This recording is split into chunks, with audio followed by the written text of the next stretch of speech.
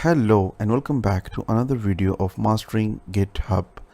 और आज के इस वीडियो के अंदर हम जो चीज़ों को सीखने वाले हैं वो कम्प्लीटली गिट के बारे में है। अब तक हमने जो बात की पिछले दो वीडियोस में वो गिटहब के बारे में थी। तो बेसिकली गिट एक टेक्नोलॉजी कह लें, एक इंफ्रास्ट्रक्चर समझ लें, जिसमें हम मल्टीपल फाइल्स को कोलैबोरेट कर सकते हैं, रख सकते हैं। जैसे हमने रिपोजिटरीज को देखा, जैसे हमने इंट्रो के वीडियो के अंदर देखा। और गिट के ऊपर फर्दर बहुत सारी होस्टिंग सर्विसेज हैं, जैसे कि गिटहब है, गिट गेरिट है कोड रिव्यूज़ के लिए। फिर हमारे पास सोर्स फोर्ज है, यहाँ पे भी आप गिट को इस्तेमाल कर सकते हैं। लेकिन सबसे ज़्यादा जो इस्तेमाल होने वाली वेबसाइट है या जो होस्टिंग सर्विस है गिट की, वो github.com है। इसी तरह से गिट बकेट भी है, ये भी लार्जली यू समझ लें सेकेंड या थर्ड नंबर पर आती है, क्योंकि ये अटलासियन ऑलरेडी एक बहुत डिफरेंट किस्म की टेक्निकल सर्विसेज के लिए अटलासियन की सर्विसेज अवेलेबल हैं, जिसकी एक ब्रांच गिट बकेट भी है। तो आप गिट बकेट भी यूज़ कर सकते हैं, इसका फ्री वाला भी वर्जन अवेलेबल है और काफ़ी अच्छे फीचर्स हैं if you are the part from the Atlassian family. Otherwise मैं रिकमेंड करता हूँ गिटहब को।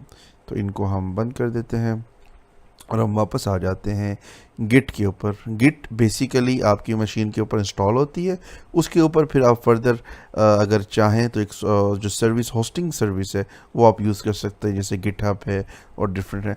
लेकिन हम अब क्या करने वाले हैं इस वीडियो के अंदर, हम बग़ैर किसी एडिशनल सॉफ्टवेयर या होस्टिंग कंपनी के हम अपने लोकल सर्वर के ऊपर सिर्फ प्लेन गिट इंस्टॉल करने वाले हैं। ये just for the sake of understanding है ये वीडियो। वैसे अगर आप इसको नहीं भी करते तो इससे कोई बहुत ज़्यादा फ़र्क नहीं पड़ता।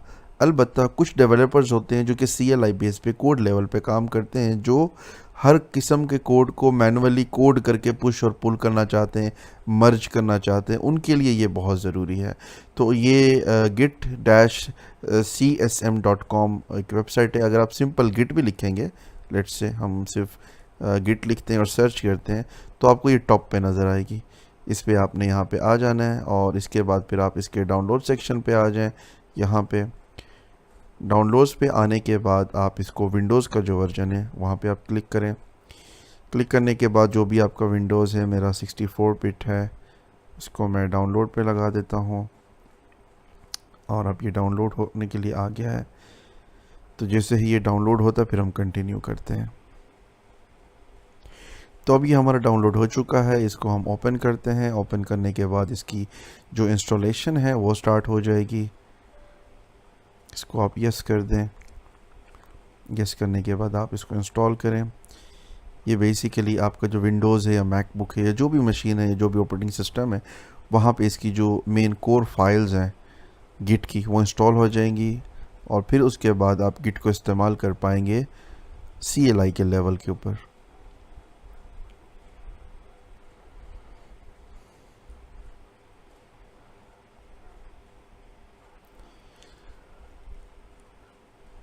अब आप इसको देखें, ये इंस्टॉल हो चुका है हमारे पास। हम चाहें तो इसको रन कर सकते हैं। इसके साथ अपना इसका एक टर्मिनल आता है जिसको हम अमूमी तौर पे बैश कहते हैं। तो अभी हम इसको फिनिश करके बैश को ले लेते हैं। ये हमारे पास बैश आ गया है।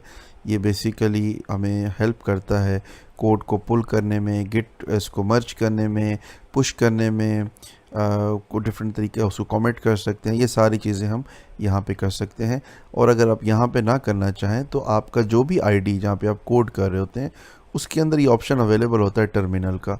ये आपने न्यू टर्मिनल ओपन किया एंड लेट्स से हम करते हैं CD मुर्शिद 2 जो हमने टेस्ट प्रोजेक्ट बनाया, इसके अंदर आ गया। LS किया, ये हमारी फाइल्स आ गई।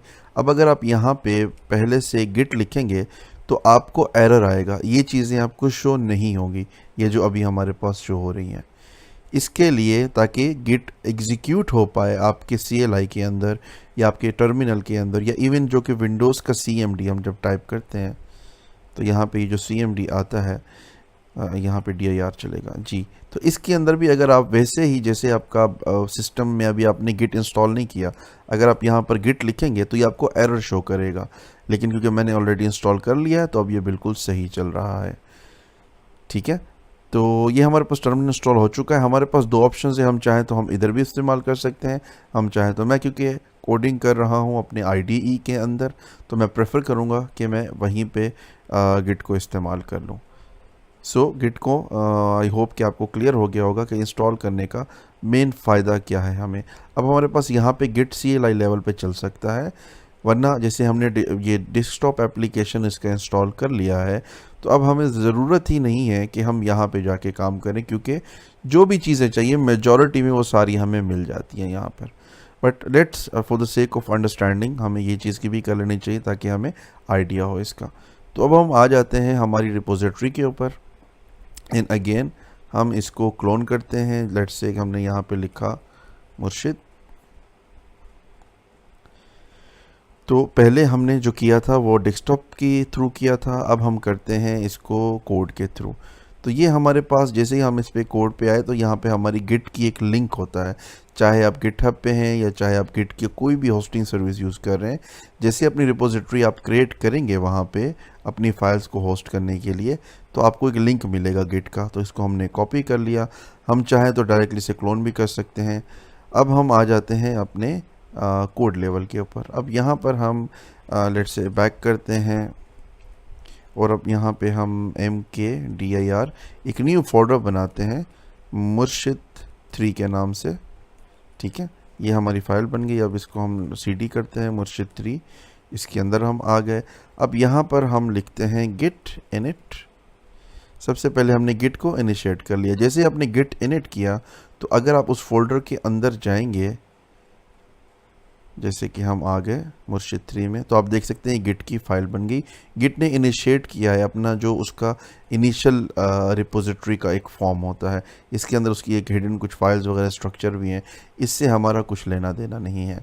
अब हम ये कर सकते हैं कि हम इसको डाउनलोड करें कोड के थ्रू। पहले तो हमने गिट के GUI से किया था, तब हम कोड के थ्रू करते हैं और यही चीज़ हमें हेल्प करती है लाइव सर्वर पे भी। बाज़ों का जब हम डिप्लॉयमेंट करते हैं, इंस्टॉलेशन लाइव सर्वर पे करते हैं, तो एग्जैक्टली यही चीज़ हमें, क्योंकि लाइव सर्वर पे अमूमी तौर पे हमें टर्मिनल्स दिए जाते हैं, चाहे वो AWS हो, इवन के बाज़ों का कुछ cPanels की होस्टिंग में भी आपको ये ऑप्शन मिल जाता है कि आप वहाँ पे टर्मिनल के थ्रू इंस्टॉल कर सकते हैं।